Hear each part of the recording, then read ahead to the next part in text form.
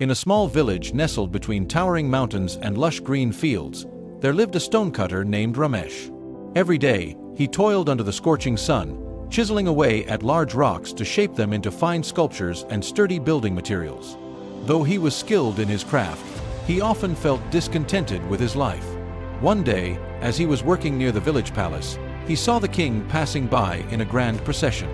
The king sat atop a golden chariot, dressed in silk robes, adorned with sparkling jewels. Soldiers marched beside him, and the villagers bowed with respect. Ramesh sighed, thinking, "How powerful and fortunate the king is. If only I could be a king, I would be the happiest man on earth."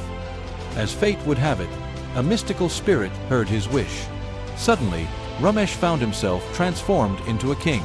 He wore the finest clothes, ate the richest food, and commanded thousands of subjects. He felt powerful, until one day, as he sat on his throne, the scorching sun made him uncomfortable. No matter how many servants fanned him, the heat was unbearable. Looking up at the blazing sun, he thought, "The sun is far more powerful than a king.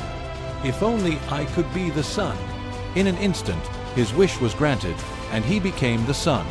He burned brightly, sending rays of heat across the land. He dried up rivers and scorched the earth. But soon, a thick dark cloud appeared and blocked his light. No matter how hard he shone, he couldn't break through the cloud. Frustrated, he thought, "This cloud is stronger than the sun. I wish to be a cloud." Once again, his wish was granted. As a mighty cloud, he poured heavy rain, flooding fields and washing away houses. But then, he noticed something strange.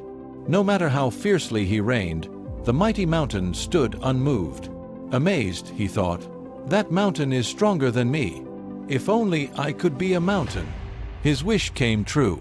He became a towering mountain, standing tall and proud. He laughed at the tiny humans and rivers that could not move him. He felt invincible, until one day, he felt a sharp pain at his base.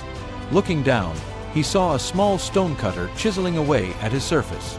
Shocked, he realized, "That tiny stonecutter is more powerful than a mountain. He can shape me as he pleases." At that moment, he understood the value of his original life. He wished to be himself again, and in an instant, he was back at his workbench, chisel in hand. But this time, he smiled. He finally understood that true power lay not in riches or status, but in hard work, skill, and self-acceptance. From that day on, Ramesh never complained. He took pride in his craft and worked harder than ever, knowing that he, too, had the power to shape his destiny.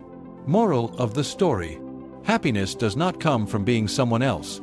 It comes from embracing and valuing who we are.